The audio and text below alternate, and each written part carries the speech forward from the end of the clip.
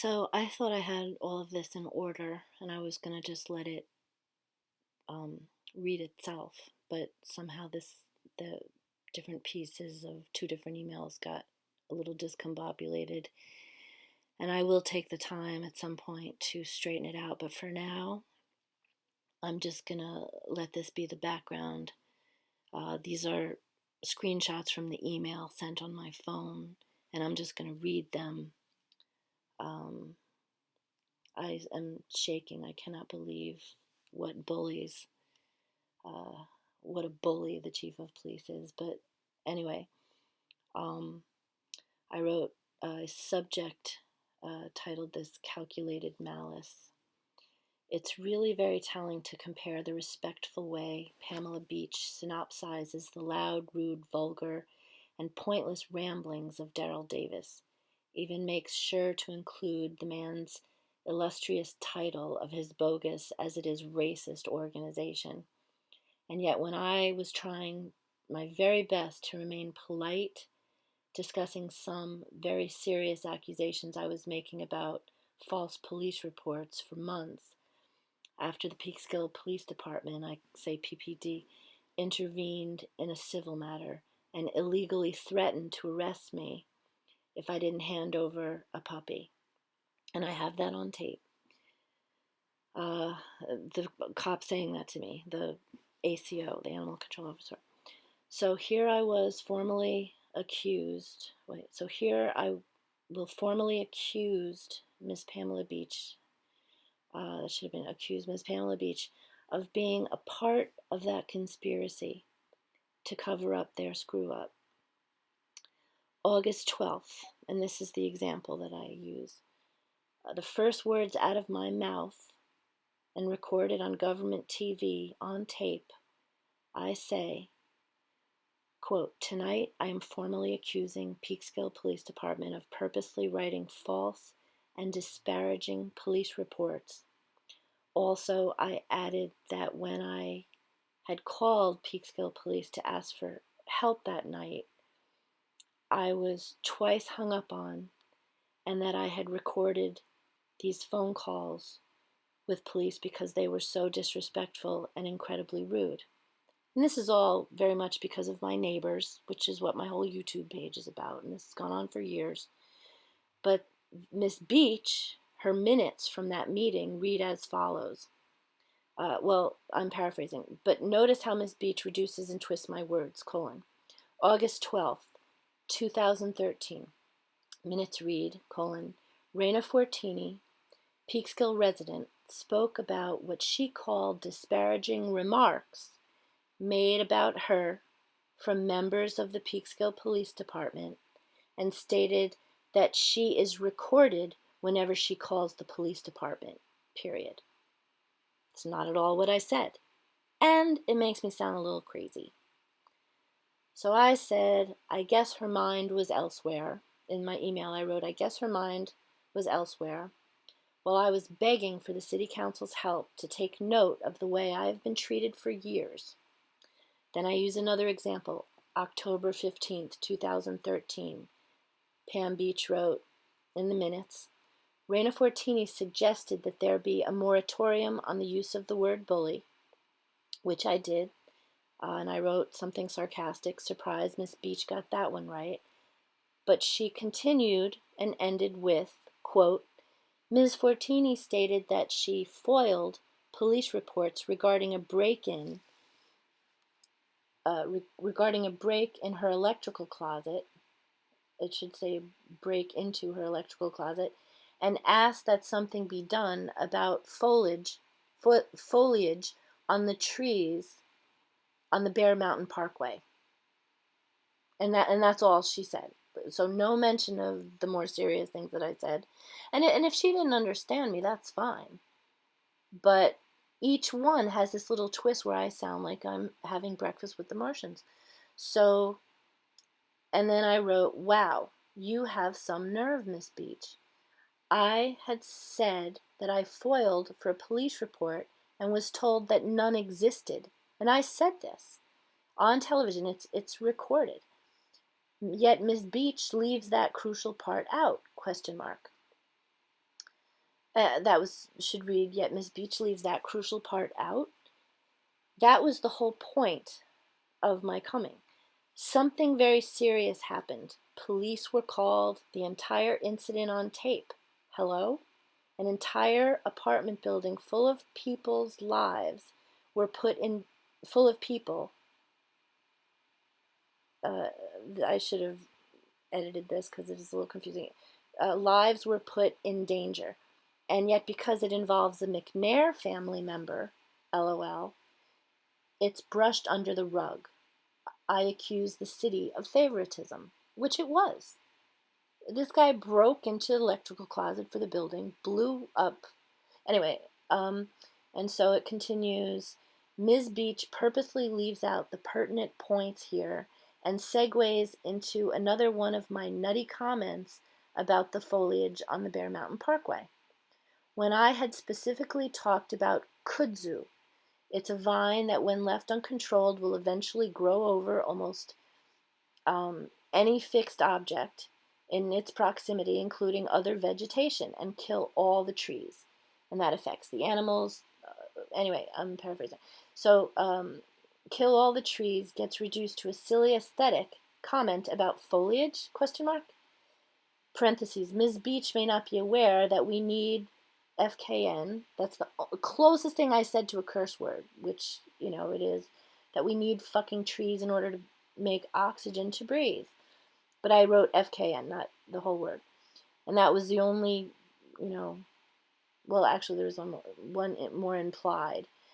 Aren't I just so silly? Exclamation point. So I was a little sarcastic. And then I ended with 2 words for you, Ms. Beach. The first starts with an F, which was meant to sound like a grade in school, like, you fail. But there's also something else implied. I'm not going to pretend that wasn't. Because she's an elegant woman, and she's not the kind of person you curse to. I realize that. And yet, what she did to me was just so, it reeks of conspiracy, really. Over something, as minor seeming as a puppy. But this is my, is it Fourth Amendment right? Is it Second or Fourth Amendment right? My right to property. And the cop should have left it as a civil matter if there was any sort of dispute. And as if I were incapable of working it out myself. And so this is what I have been reduced to in this city over the past 15 years gradually, just because my eyes have seen some things I guess I wasn't supposed to see, and so the focus has been on me made to look like a crazy person. So that was the first email, and that was actually the second email, and the first one, should I continue? I might as well just continue. Let me break this for a second. And the first email I sent after I called her at the office to ask for her email, and she said, well, what is it about? And I said, well, I'm a little upset about something, so I'd rather try to articulate it in an email. I don't want to fight with you on the phone. And she gave me her email address, and I told her not to worry about anything. I was just upset about the minutes. She tried to rationalize what she did, and basically, and then I just really said what I had to say here. But the thing is when I looked into it, it appeared that there's a picture of a woman who is not the woman that I mentioned, who was a neighbor, and I thought there might be something between her and Hillcrest and the rest of it. I'm pretty sure it's not her. But I was actually very happy to see that Ms. Beach had not been the one to twist my words, because I'd always had so much respect for her. She's this cute little Donna Reed type, like Miss Perfect, but in a sweet way. I've always liked her, so I thought. But I never, who reads the minutes? I just happened to a few days ago. But anyway, okay, so this was the very first email I sent, and I CC'd a bunch of other council people and other people too. So I titled it Not You After All, Ms. Beach. And that was after I got off the phone with her because I was happy to say, but it wasn't you who was there that night. And so I wrote, Dear Ms. Beach, this January 19th. In fact, you were not at this particular meeting I mentioned to you earlier today in our phone call. I really have to be better at going over it because I dictated this, so it should have said in our phone call, but it wrote at or phone call. So that would make sense that it was not you who interpreted my statements in such a way as to maliciously disparage me, as I believe this woman who was taking your place that night did.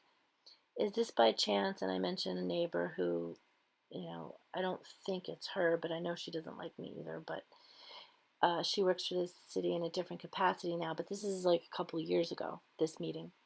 So, admittedly, I was very upset and somewhat scattered. Yet in my opening statement began with, I am formally accusing the Peekskill police of deliberately writing disparaging police reports against me, and that was interpreted by this clerk in such a way as to make me sound like I receive phone calls from Martians. I also told the mayor, who was a different mayor that night, Mayor Foster, that night that twice the police hung up on me. And that was the only reason that I had come there that night. I made reference to an email, which the same police officer who hung up on me that night, after trying to intimidate me and insisted he come to my residence at that moment. I can't remember his name off the top of my head, but he's a resource officer at the high school. I want to say Andre White, ? I'm still not sure if that's his name, but I think it is. This was the officer who, accompanied by another female officer, had come to my building after I called about Mark Crawford, your beloved McNair family, end parentheses, after I recorded his girlfriend screaming about him placing a gun on their baby. The only efforts made by this officer, White, and the female officer who accompanied him the day after I called and emailed the recording to a detective was to knock on McNair Crawford's door. That literally lasted about maybe 4 minutes. So I'm trying to say the police only stood at the door for 4 minutes and then just left. And when no one answered the door, they just left. Oh, I wrote that. I don't expect this woman to follow every single word, but she had the nerve to maliciously reduce this to, Fortini believes the police record her phone calls, end quote.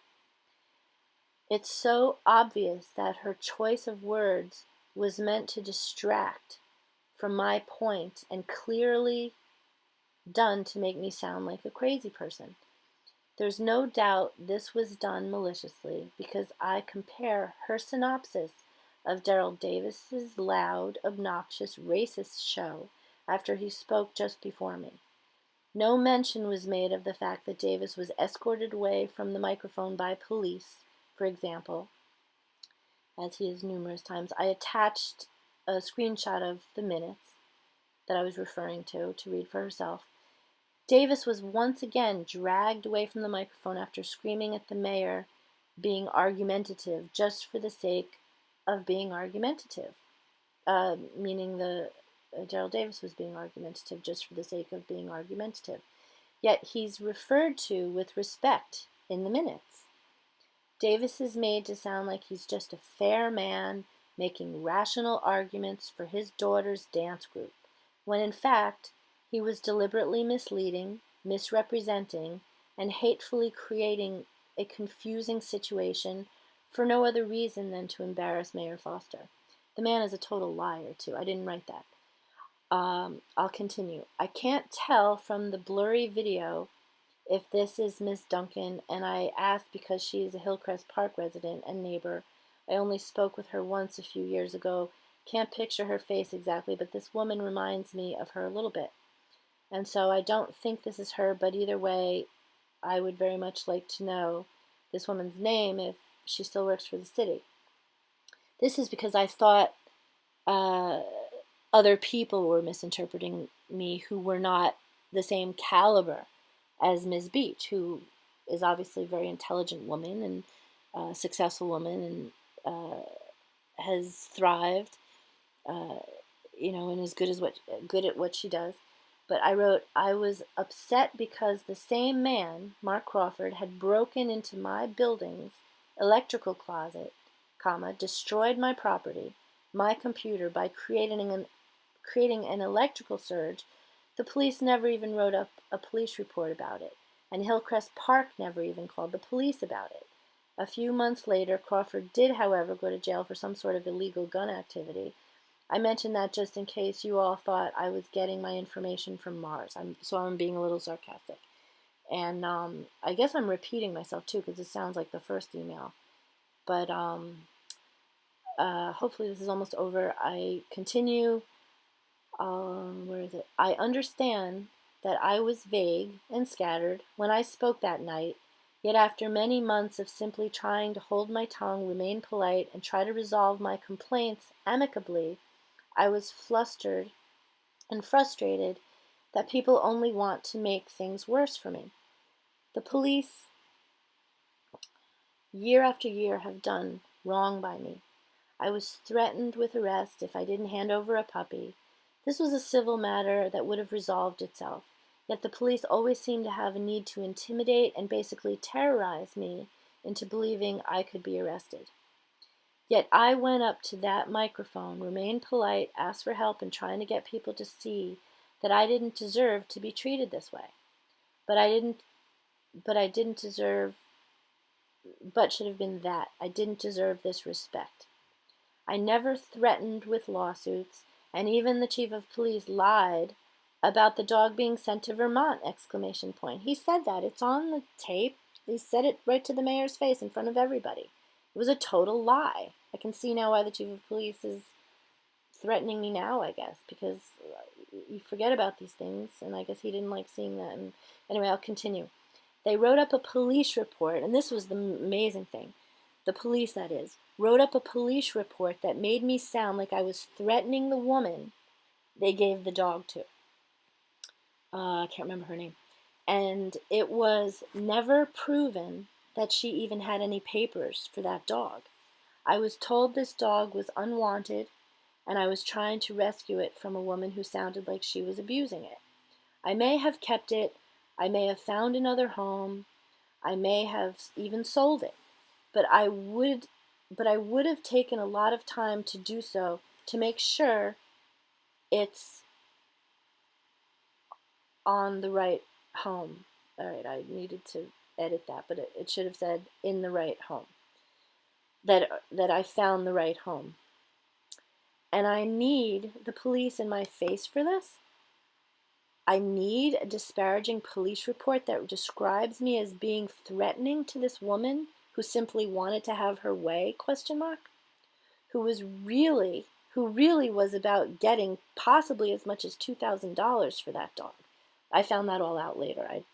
I didn't know, and I was not trying to sell this dog. I had a lot of things going on in my head, and I wasn't really sure. I wanted to keep it, but it's a special kind of dog. I was worried about vet bills and if I could afford it and everything. So I was researching it. I talked to people who were breeders in Florida, found out about a lot of things. Anyway, I'll finish this email real quick.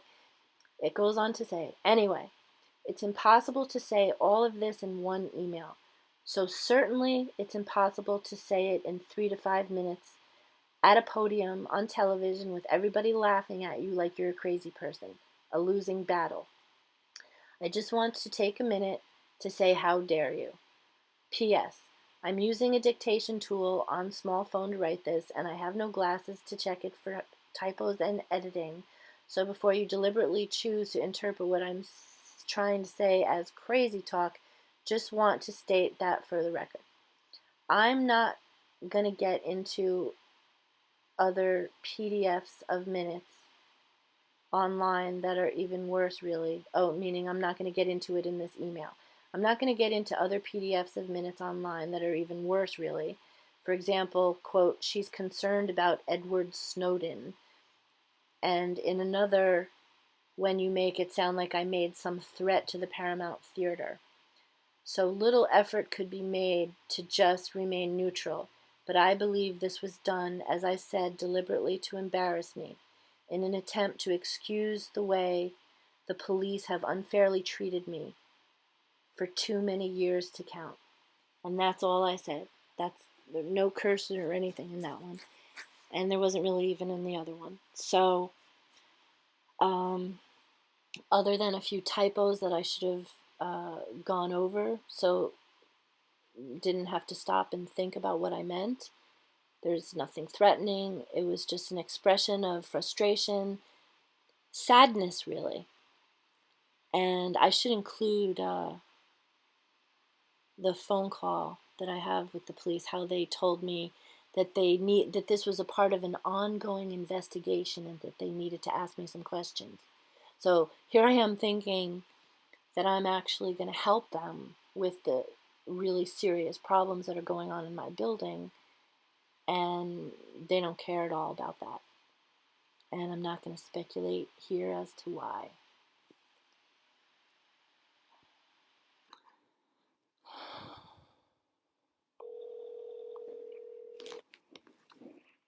City Peekskill PD, Officer Patterson. Yeah, hi. This is Raina Fortini. Somebody told me that there was police ringing my doorbell. You home? No. You're not home? No. Okay, when you get home, give us a call. You can't tell me what it's about? Nope, not over the phone, ma'am. It's an ongoing investigation. When you get home, just give us a call and we'll send an officer down and we'll explain everything to you. Well, you're scaring me. You need to be scared. You're not in any trouble. So you just need to talk to me about something that's going on. I'll come down there. If you want to come down, that's fine too. Okay, well, I noticed that the police officer, someone said he was bald, and I think that there was some animosity or something, so can you just reassure me I don't have to be scared of anything? No, you don't have to be scared of anything, ma'am. Like I said, you can either come down to the station or when you get home, just give us a call and we'll send the cop up, okay? Okay, because I mean, people lie and make stuff up, so I'm afraid that someone's... No, you're not in any trouble, alright? So after I talk to you, I'm... Oh my god, he hung up on me.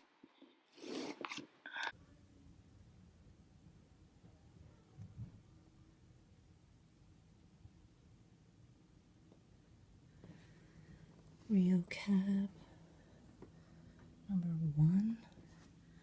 Girl just got in.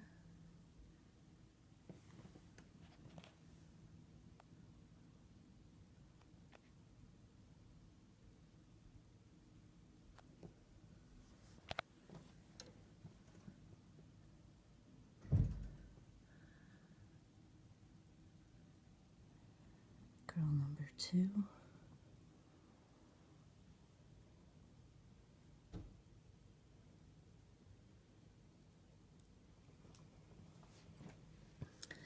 License plate 367. Oh, I can't tell. 167 something. I can't tell.